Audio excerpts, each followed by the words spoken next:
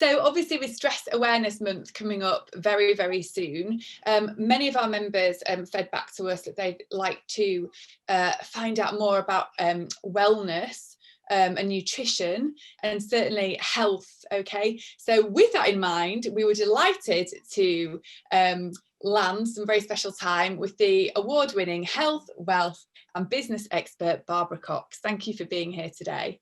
Oh, thank you, ladies, for inviting me. It was really, really lovely, and yeah, it's I'm looking forward to helping however I can. Fabulous. So we were just saying before, weren't we, Barbara, that you've lived all over the world, essentially, different places, and you spent a lot of time living in Japan, where you became really passionate about healthy eating. Why was that? So yeah, great question. We had the opportunity to move out to Japan for a 2-year contract teaching at a medical university.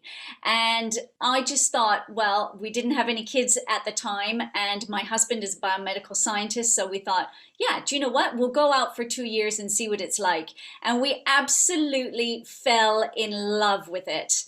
And it's one of those places I think you either embrace or you are just shocked by culture shock, because it's very, very different. Now, obviously, we were teaching at a university where it was quite international anyway. And so it was inspiring in a way, that being immersed in another culture, seeing how healthy they actually were. Compared to, I mean, my background is I'm from Canada originally, and my husband is British. So we met in another country, but lived here in the UK and back here living here in the UK. So being immersed in an Asian culture where their diet was so different.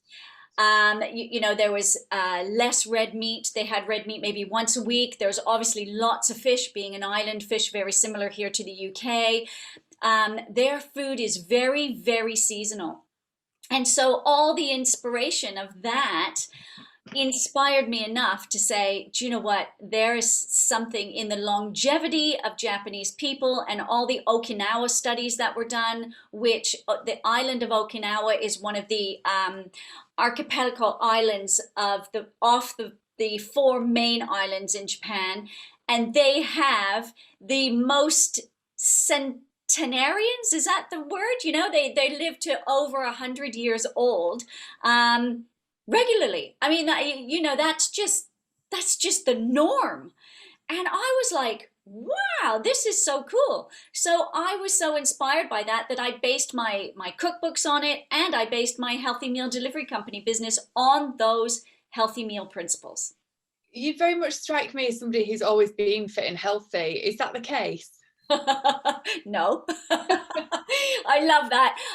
Yes and no. So my background is that I was actually a Canadian champion skater. I started skating professionally in dance pairs, which, do you know what, at lunchtime today from Stockholm, there are the pairs champions on. And so while I was eating my lunch, early lunch, because I knew we had this at 1, I was watching that, and it just brought back so many memories. But when I was skating professionally, no, I ate absolute rubbish. I lived off of Snickers bars. I didn't drink any water. Sports nutrition has changed over the years, but it was that dramatic end to my skating career, because I developed something called a hypoglycemia. That's when your blood sugars raise really quickly and then you crash. I couldn't train for the world team. My career finished, but that's what moved me into the world of nutrition. And so I specialized in epigenetics, and that is the messaging that sits on top of your DNA that sways the way that your body actually works. And so sports nutrition and performance nutrition in particular is what I became a specialty at. So when we take a look at wellness, and I take a real 360 holistic view, because it could be a chemical that you're breathing in your environment that you don't even know about, that has an epigenetic effect on your DNA. And then, of course, nutrition is just the basis of everything, right? You are what you eat, which we all know that. Yeah. And we were quite aware that many of our members have been talking about how best to increase productivity. Yeah. And obviously that kind of, I guess, goes hand in hand with healthy eating. 100%, 100%. This is where performance really comes in. And, you know, a lot of us, myself included, we are mini business athletes, right? You know, we are, and this is something we chatted about before we became lively, wasn't it? Is the days are blurring into one another. We're on Zoom meetings and, you know, the downtime, the prep time, all that kind of stuff. And yes, healthy eating is the basis of fueling for success. And if we're not properly fueling for success, then what are we doing? You know, are we just getting by? Well, you can only do that for so long. And it depends how you want your productivity to impact your day. So if you take an analogy of my skating, you know, skating was my life. Can you imagine? You know, I started skating when I was 4 years old. And then what do you do at 18 when your career finishes? But I'm seeing this more and more with people in business. And it's like they develop one of the diseases of civilization. That's cancer, heart disease, diabetes, mental health issues. These are all diseases of civilization because we are not eating properly and taking care of our body properly. So fueling for heightened productivity to make sure we can protect ourselves against these diseases of civilization needs to be at the forefront of what everyone is doing on a daily basis. Well, I like that phrase, diseases of civilization. I've never heard that before, but obviously they are totally. Yeah, exactly, Lisa. I mean that's it. And they are, you know, you know, they have been around for a long time, but they're more and more prevalent in our society because we are more stressed. We are eating more junk food. We are drinking more. I mean, you only need to look at the statistics of that. It's all over the newspaper, right? In lockdown, it's something like people are drinking 60% more than they used to before. It's like that is going to have an impact on your body. You know, there's no doubt. And it gets back to that messaging. And I often talk about it because people don't know about epigenetics. It's a very new science, okay? And that messaging we are constantly giving our body from external factors like water, diet, environment, stress levels, relationship pressure, work pressure, all those kinds of things really impact the body as a whole.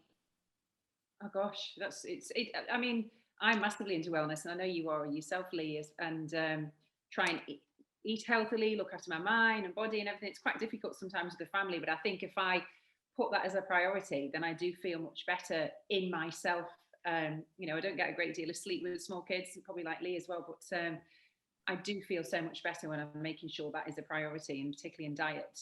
And I think now, you touched on before lockdown, so many people obviously been drinking, as you said, eating the wrong things, probably got more access to snacks at home and things like that. How do you sort of help people? I know a lot of people are now like, oh, we might be going back to the office soon, or real life is going to start in some sort of form over the next few weeks. What advice would you say to people about losing weight sensibly over the next couple of weeks or months as we go back into a new life as we know it?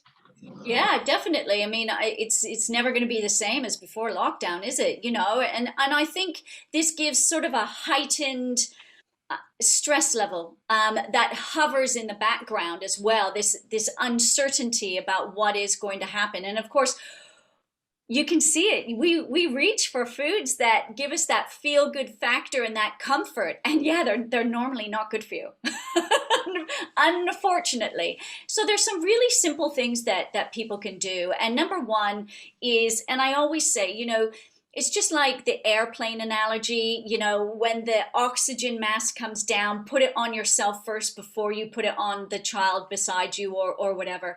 Because if we don't fill our own cup, we have nothing to give. And taking care of yourself is not a selfless act.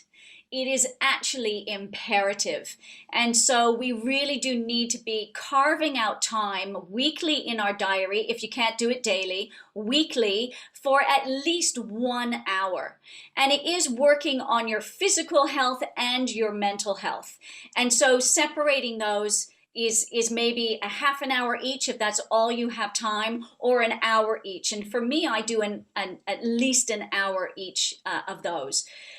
So for my physical body, there's things like exercise that everyone should be doing. And there's so much on the internet now, right? Choose something that inspires you. And I think that is really good. Downtime and rest and relaxation is something we also shouldn't feel guilty about. We are in an environment now where we always have to flip and be doing something. And if you're not doing something, or if you're not ticking something off your to-do list, then you don't feel like you're achieving. And absolutely, you need to take time out to rest and recharge those batteries yourself. And you know what? That could just be escaping in a bath. And I do a lot of mentoring with my clients that I work with now. And I was talking to her this morning about making a shower. She goes, I get 5 minutes in the morning. I need to make it work. It's like, great. Let's make it an experience shower that you're having with essential oils and, all those kinds of things. So I gave her advice on the essential oils to perk her up in the morning, whether she's doing the shower in the morning or the evening. And so there's lots of things you can do. Just be creative around your time and time management, how you can fit in taking care of yourself. And then there's meal planning. And that's whether it's fueling yourself and fueling the family. And sometimes this can be slightly different as well. So again, obviously, if you can cook from scratch, that's wonderful. But yet again, yesterday, I had a new client that I onboarded, and they don't have time to cook. So it's like, okay, I went on to Marks and Spencer's and I did their whole meal planning from Marks and Spencer's, not only ready meals, but other types of things. And it is spending time and understanding how you can do this to fuel your body properly. The main thing is to get all the excuses out of the way. Put yourself first, find time to plan and organize, get it in the diary and get it done. But food-wise, it's pretty simple, right? We are so lucky living here in the UK, where you can buy every single fruit and vegetable on the planet, and it is taking a look at different healthy breakfasts, lunches, and dinners, and just having those on hand. Excellent. Yeah, I think it's really important to plan. I find that, as I mentioned before, just having a bit of I'm going to exercise these days and try and food prep, particularly with the family as well, and then make a big batch of something, put that away. And I know when I was in the office as well, trying to take box salads or whatever I would take to work, just sort of instead of grabbing something that then I'd have a slump in the afternoon. I suppose at the moment as well, we've had also a lot of people have been trying to juggle many things during the pandemic, and people have got a burnout. There's either been parents that have been homeschooling, which has been particularly different, or looking after family members that have been ill, or other things. What sort of, coming out of the pandemic, what sort of food should people really be looking at to kind of get them out of that kind of fatigue that maybe they've had, a pandemic fatigue? Pandemic fatigue, I love it. What a great phrase. I think it's taking a look. Luckily we're going into spring and summer, which is a perfect season for, beautiful fresh salads and fresh fruit. Stir fries and lovely colorful rainbow diet food in a way, and I think that makes a big difference. It's appealing to the eye, it tastes great. So I kind of have 5 foods, or probably rattle off about 10 foods that I think everyone should be having. Things like blueberries and berries. Those are great for smoothies, adding them to your cereals in the morning. Those really help as well. I love salady things. Radishes are great. And we touched on weight loss a little bit. So maybe I'll add some weight loss tips in there as well, because, weight loss is kind of a bit of a taboo word, isn't it? People, and it's only because people really attach the plethora of diets. They're either on a diet or off a diet. And I guess what I love to educate people on is that actually you should be making lifestyle changes that are in a positive way that you're not attaching weight loss with the failure of yet another diet. If you have a lifestyle change, it's constantly evolving and you're constantly on top of it. So organizing, your family life around that. But foods need to be in the morning. I love 3 different types of breakfasts. I love my overnight oats. And those are so simple. I soak the oats overnight in a little bit of water. Maybe I'll use a non-dairy yogurt because we're dairy-free in the family. And then I love different types of toppings. So as I said, blueberries are a great one, raspberries, blackberries, any type of berries. You can use fresh berries, you can use frozen berries, whatever suits your schedule or your budget. I love smoothies in the morning as well. Those are just like super duper easy. Yeah. So I always have a frozen banana in the freezer because I love how it gives a beautiful texture and a sweetness as well. So again, I'll maybe use an almond milk, throw in different types of berries, a little bit of frozen banana. I might throw a shot of coffee in there once in a while as well. So I'm making different smoothies, which I really love.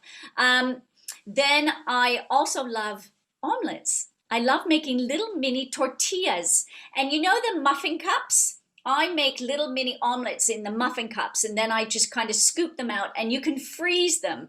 So again, when I'm busy, but I feel like a little bit of an omelet or a snack, then they're already in there in the frozen. And Lisa, you mentioned you batch cook. Batch cook omelets. They're brilliant. They freeze and defrost so well.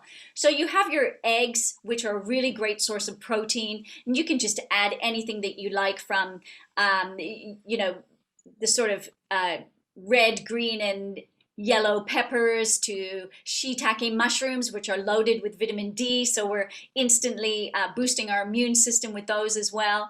Lunches are super easy. For me, even today for lunch, again, I like to batch cook. I batch cooked a whole bunch of chicken breasts and pulled one out today because what I did have planned, and this is where you need to be flexible, what I did have planned for lunch today, I actually didn't feel like eating. And I think a lot of people feel like that. So I always have a backup in the freezer. So I batch cook chicken breasts with different toppings, whether it's Cajun spices, whether it's daka, which are different types of sort of Moroccan spices. Cook them off, freeze them down. I pulled it out. I mixed it. I just did a little bit of stir-fry broccoli, chopped up the chicken, threw it all together, ate it, and it was amazing. It tasted great. Fast. Took me 10 minutes to cook. Right? That's a super ready meal. So have those kinds of things ready. Soups are great and everything. Evening meals, again, just got to be easy. People are exhausted at the end of the day. And so if you can, again, batch cook things, but for us, we really love protein and vegetables. We eat fish 3 times a week, which I recommend people do. In our family, we have different as in every family, different likes, different dislikes. I have, one of the kids is vegan and the other one is a straight carnivore. So, I'm constantly trying to do a vegan base of something and then I add different proteins to it. So I'm saving time cooking, but then I know everyone's tastes are catered for as well. That's great. Good. Oh, lovely. Yeah. I like the sound of what's going on in your house. Yeah. And those foods you talked about, I think, and sort of next question away from pandemic fatigue is all about a positive mindset. Obviously, we can have a bit of brain fog, we can feel tired. Are those foods you mentioned great for helping us with positivity? Definitely. Okay, so one of the books I wrote is actually the positive mental health diet, and I have a lot of experience in this. So my 23-year-old. So out of the 4 kids, she's number 3, and Lily is autistic. And there's a lot of problems with autism and mental health. There's anxiety, there's panic attacks, but there's also a real disconnect of the gut to the brain.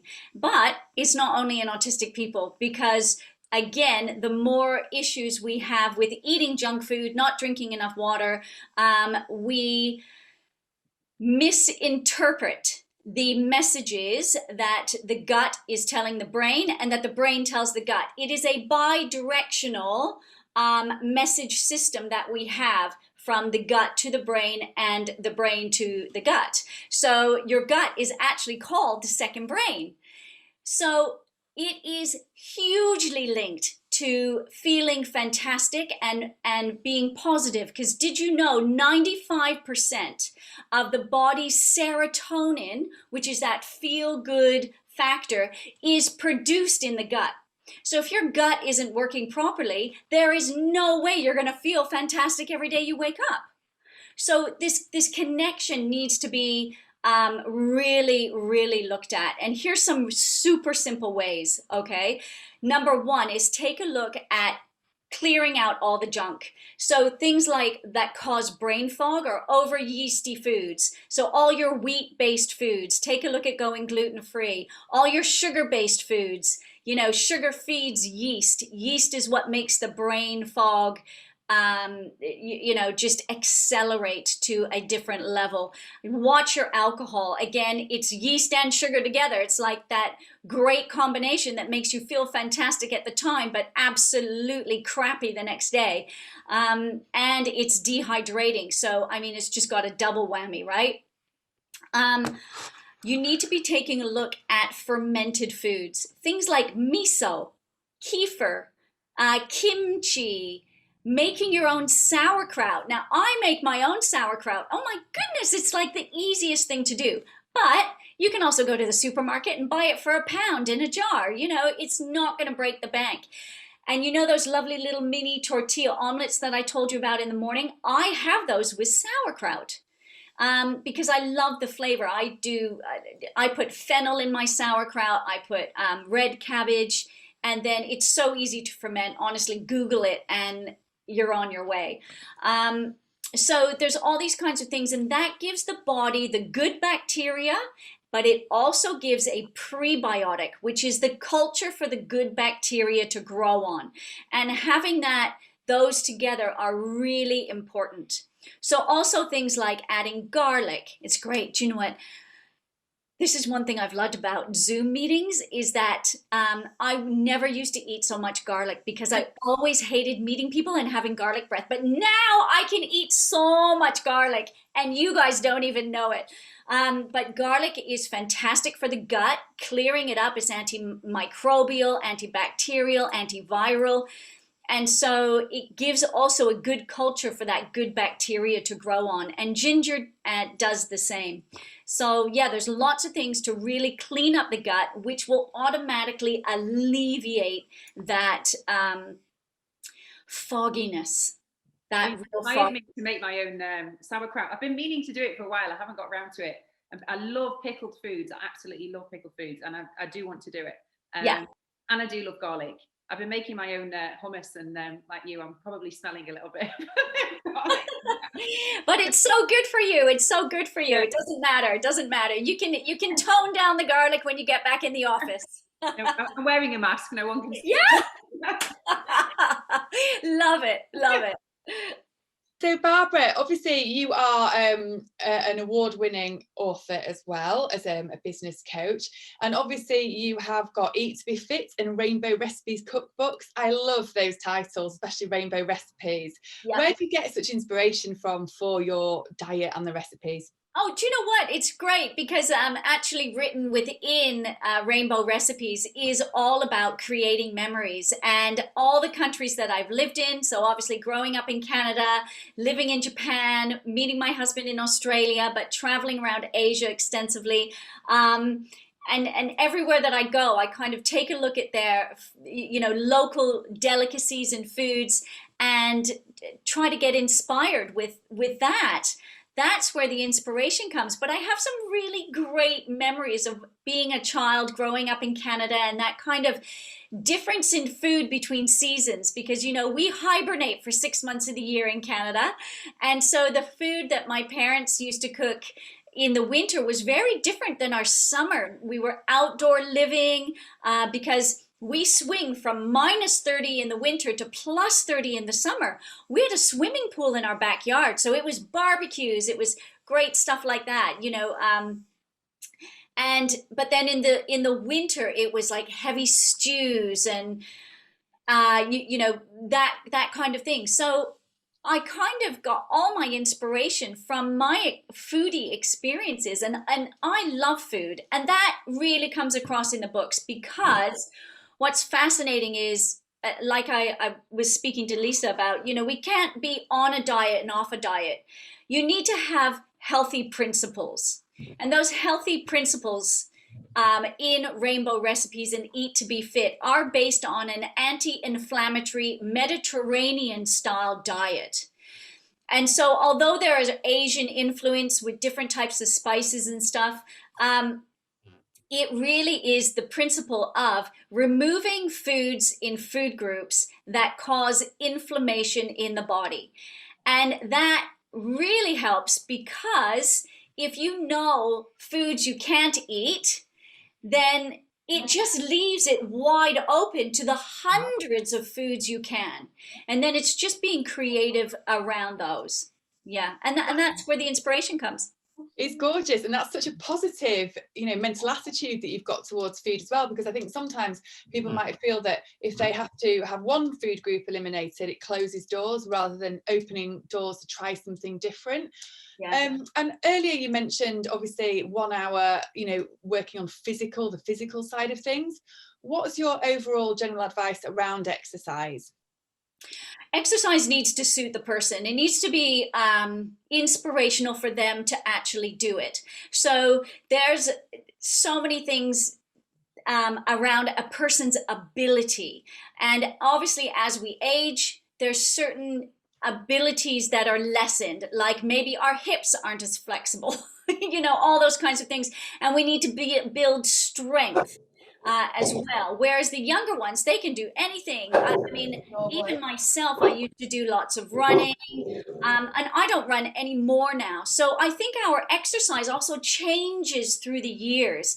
So I know there's going to be a wide variety of age groups that are going to be listening to this. So I like to take it for different age groups and different abilities.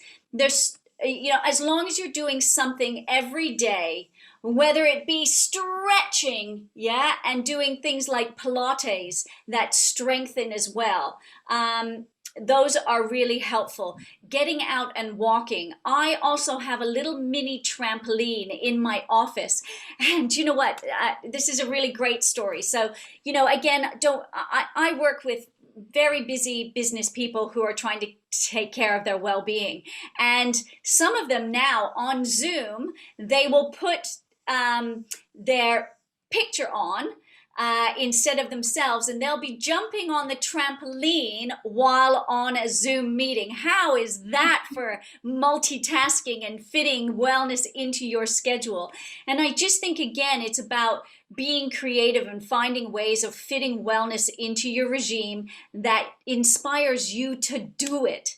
And it's the same with healthy eating. I can tell you 100 different foods to eat, but if you don't want to eat them and you chuck them in the bin, there is no nutritional value in that. So, this is where wellness becomes bespoke.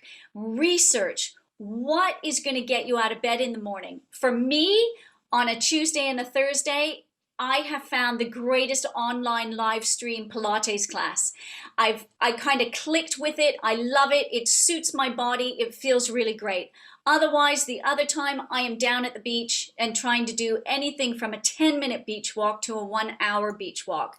I also have the little mini trampoline, and I use it as a stress reliever. So if I've had like a really mega day, sometimes I just need a little bit of time out for myself, and I'll just bounce for 5 minutes, and it just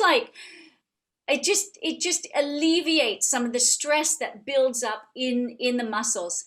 But there's some good 4-minute workouts you can do online. Honestly, 4 minutes. There's no excuse with this. You can do 4 minutes of exercise. Just Google them and get inspired.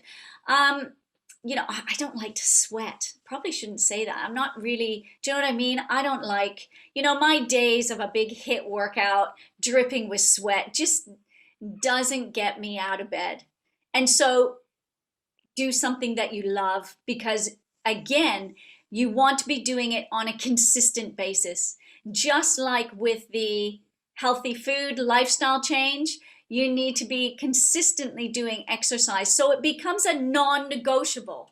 Yeah, it's like I'm waking up every Tuesday, Thursday morning. I don't even have to think. It's Pilates. That's it. It's a non-negotiable. It's not, oh, if something else comes through, or, oh, if I feel tired. It's like, on a Monday night, I know I have it and I ain't missing it.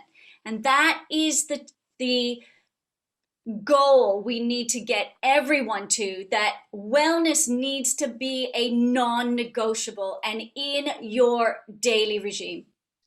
And this sounds all very is amazing. You know, part of me thinks many people may feel they've got to be super, super disciplined, but you've just touched on something really important there about setting yourself goals. And I think it's like if we were doing a client brief, or, you know, a presentation, or pitching for new business, it all starts with the goals, doesn't it? And like learning outcomes, I guess, in a way for education. And do you think that's a fundamental beginning for us when it comes to setting ourselves goals and to stay disciplined? Yeah, definitely. You know, this sort of motivation and drive comes with starting a new regime.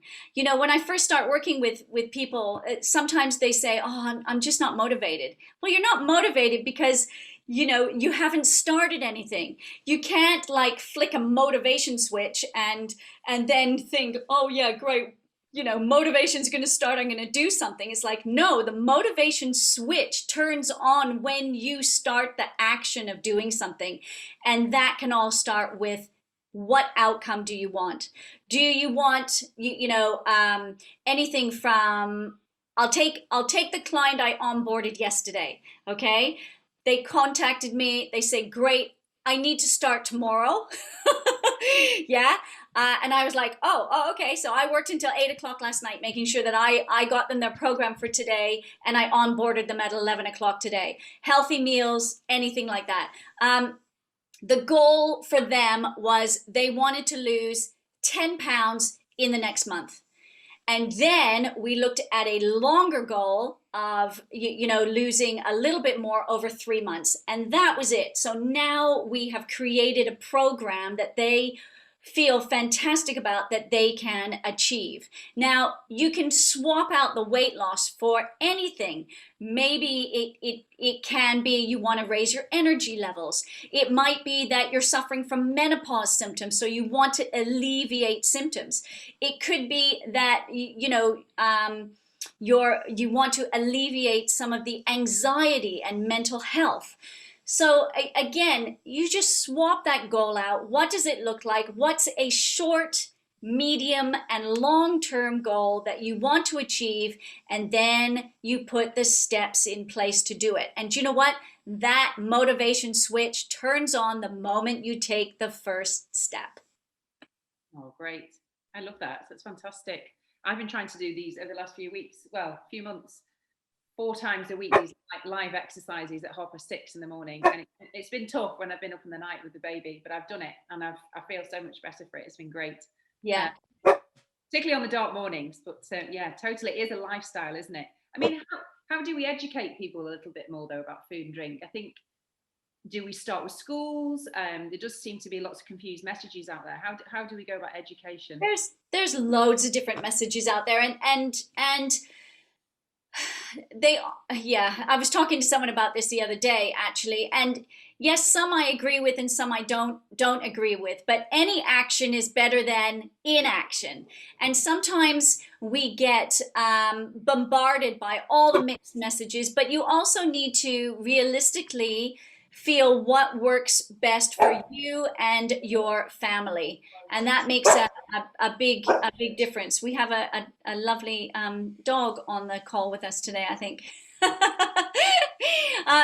So it makes a massive difference there as well. And okay, look, I think the messages that I don't like are the ones that steer people into such a regimented regime that if they fail, they feel bad. And dieting is one of those. Did you know, on average, the average person who needs to lose weight does about 131 diets in their life. They're either on or off. And being swayed into those, I think, can have a very negative impact on your mental health, as well as your physical health. And so, again, the lifestyle change needs to happen there. The other thing is how children are marketed to online, and all the sort of sugary snacks and the keeping the kids quiet. And I know this has happened an awful lot with programs, especially being at home when parents have to work, which we touched on. You need the kids quiet in the corner sometimes for an hour, and they're given snacks that maybe aren't fueling them in the proper way, but it's keeping them quiet for the hour. And so again, having that communication, the crystal clear communication between the family. What are the family goals? And this is where everyone comes together, because that family support, not only for potentially one family member who might have an issue with food, okay, because there's lots of them, anything from eating disorders in families to maybe an ill family member. So you need to have that communication that everyone is supported in the way they need to be supported. It's very difficult when you take that out of the family realm and maybe move it into a school system, because I used to experience, when I used to make lunchbox for my kids, can you imagine what they were like? And you know what? The kids used to go through something called lunchbox bullying. And they used to take a look and they used to say, "Oh, what do you guys have in your lunch today? Ew, that's really healthy. Why does your mom put that food in there?" And they used to come back and they used to say, "Do you know what, Mommy, can you just make me a sandwich and give me an apple and a pack of crisps like everyone else?" And I used to just say no. And I think it makes it you have to have that family goal of what people want to do. And again, that support. Now I'm talking years ago, and lunch boxes have changed a lot since then, but it still happens in other ways. Different sort of ethnic foods that come into a realm within a sort of multi-personal environment. So again, communication, tolerance, and getting other people to understand their goals. And how can we, I suppose, moving on to the workplace, how can we get more employers to be more supportive with their teams when it comes to wellness? I know obviously there's lots of initiatives now around mental health and physical health, but actually looking at your food and diets is really important. And I know when I've worked in offices, there's been snack corners and loads of free crisps and cans of Coke and all sorts of cakes for birthdays, which are probably not the best foods to fuel the brain and body. So how do we sort of look at that culture when it comes to the workplace? Yeah, this is an amazing area, and it's so true. And again, it is about the guidance and the crystal clear guidance that you give. And I work very heavily within the corporate wellness world, and it is important to have like a wellness ambassador working within a corporation, or working with the HR department, whoever is cascading that wellness messages through the work environment. So it's fascinating to take a look at different types of teams as well. And every team is kind of different, and every team needs to be fueled different. And I'll give you an example. So I work with a lot of different big companies. One of them that I worked with is Next, nice clothing, Next. And their warehouses, you have people working in the warehouse, you have pick and pack, you have office based, you have drivers. So again, depending on your work environment, depends on how you actually implement a healthy eating regime. But everyone needs to be fueled for success, but just in a different way. And there's some great initiatives that can be put in place, from getting people to drink more water to having your 5 a day to 10 a day. But again, I'm going to go back to the beginning of our chat and the 360 holistic view of a worker. It is not just mental health, and it is not just physical health. Because when you take a look at someone's health and wellness, it is normally 10 areas. And so if you take a look at a wheel of wellness, which is what I always look at, which is health, fitness, friends and family, which is your support system. You have your mental health in there. You have your community. You have romance and significant other, and how that impacts your health and how it impacts a working day as well. You have personal development that is also in there. You have financial well-being, and so on. And so unless a health and wellness program touches on all those points, you will never get everyone engaged in health and wellness to the level that it impacts their productivity in a positive way.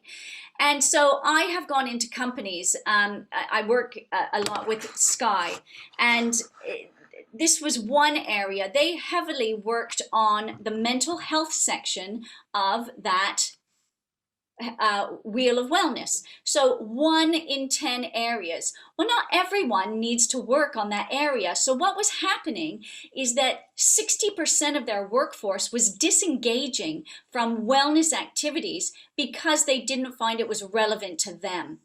Now that is what you want to avoid. So then when I went into shake things up, as I do, bring some new ideas and positivity, we brought in the wheel of wellness. And of course, those 60% that disengaged instantly re-engaged. And that is what you want for wellness. Now, not everybody is on the same path of wellness at the same level. So it is, again, that crystal clear communication between the employer and the employee to simply tell them, this is what we're doing, this is why we're doing it, and we're all in this together, and let's make it work, and just have that beautiful feedback system happening, and pivot and change while you're going. That to me is true wellness. We've got a question here from Stephanie for you, Barbara, on the chat section here, who says, I know you said earlier about making sure your own cup is full before giving to others, which makes so much sense, but how do you get past the feeling of guilt for taking time for yourself and potentially saying no to things that might take up that time, be that during work or with family? Oh, that's such a doozy question. I love it. Thanks, Stephanie. Yeah, and that's so true. And you know what? To be really honest, still sometimes something I also have to work on. And I'm a yes person, so I say yes to most things. But my, again, non-negotiable, and again, everybody knows this, are between certain times are my own time. And I don't creep into that because I know the impact that it has on my personal self as well. Working on it feeling guilty is that I have kind of left that, because the more I take care of myself, the more I can give in the time that I have to give. That makes a bigger impact, not only on my family, not only on my working team, but especially on my clients, for them to achieve more. So I have realized that if I take care of myself 110%, I can give 150% to my client, and they are just getting amazing results. If I don't take care of myself, then I'm only giving 50% of my energy to my client. They're not achieving, and we're all in a downward spiral. So why would I feel guilty about taking care of myself? And that's really where my mindset has actually got to. And it's the same with with my kids, and boundaries, boundaries, boundaries, boundaries. And you know, kids will stretch them all the time, right? They don't understand that.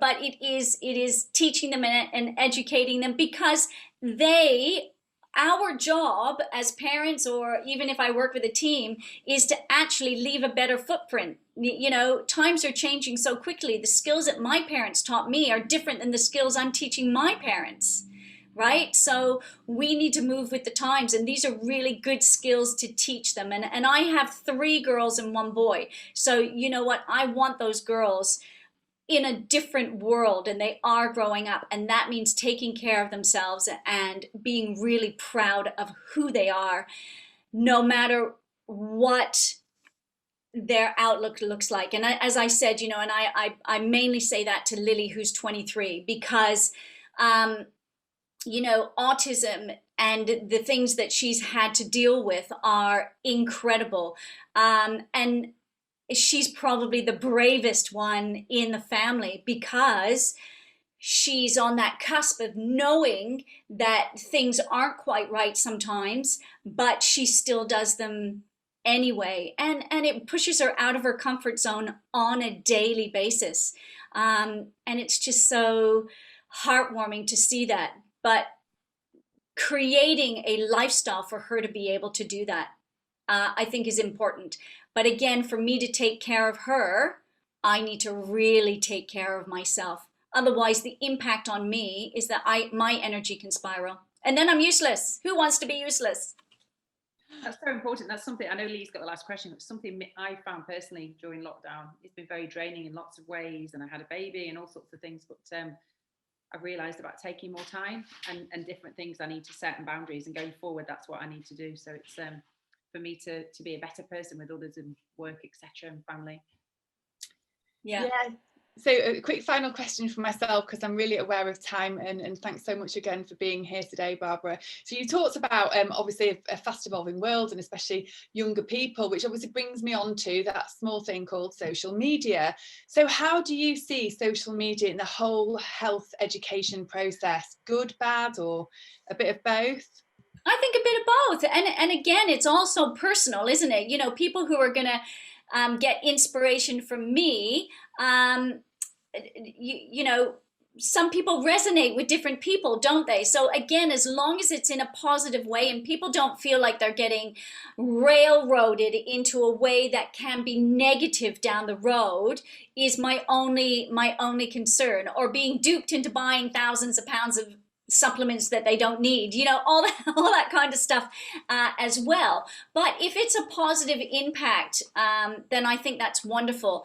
And you know, I think the only negative stuff in it is a little bit around body image. Now, when I was growing up, you know, we all have sort of bits of our body that we don't like, right? And I mean, I've come to embrace them now that I'm going to be mid-50, you know, and but I suffered from a little bit of acne when I was young and things like that. And so I was always trying to search for ways that cleared that up.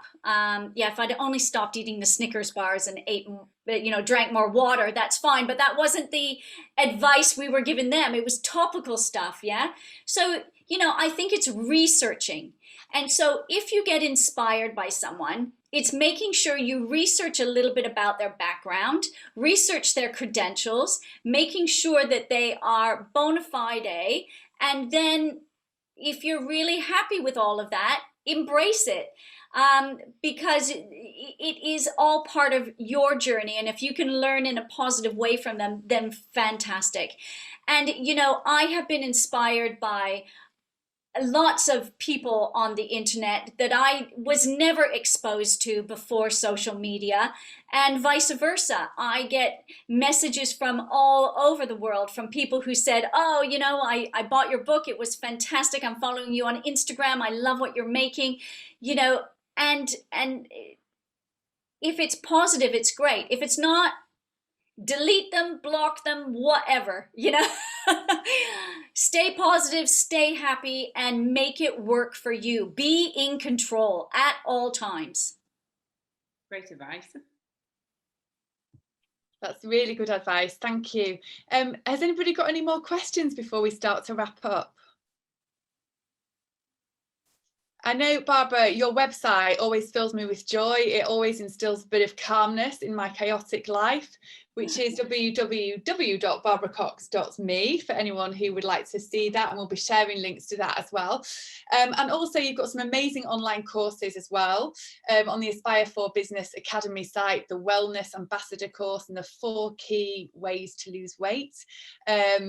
So obviously we're keen to share as much information about those as possible. Lisa, is there anything else you wanted to add before we go about our Friday? I just want to say a massive thank you. I really enjoyed it. I mean, as I've mentioned, wellness is a massive part of my life as a lifestyle, on all levels, and that was fantastic. And I think it's always a journey we're always going on, isn't it, with managing, our health and what's going on internally as well. But it was I could have chatted to you more. I've got loads more questions, but thank you very much. My pleasure. It's really, really lovely to be here today. And again, I hope I've inspired and educated and motivated someone to take one of the actions that I spoke about today.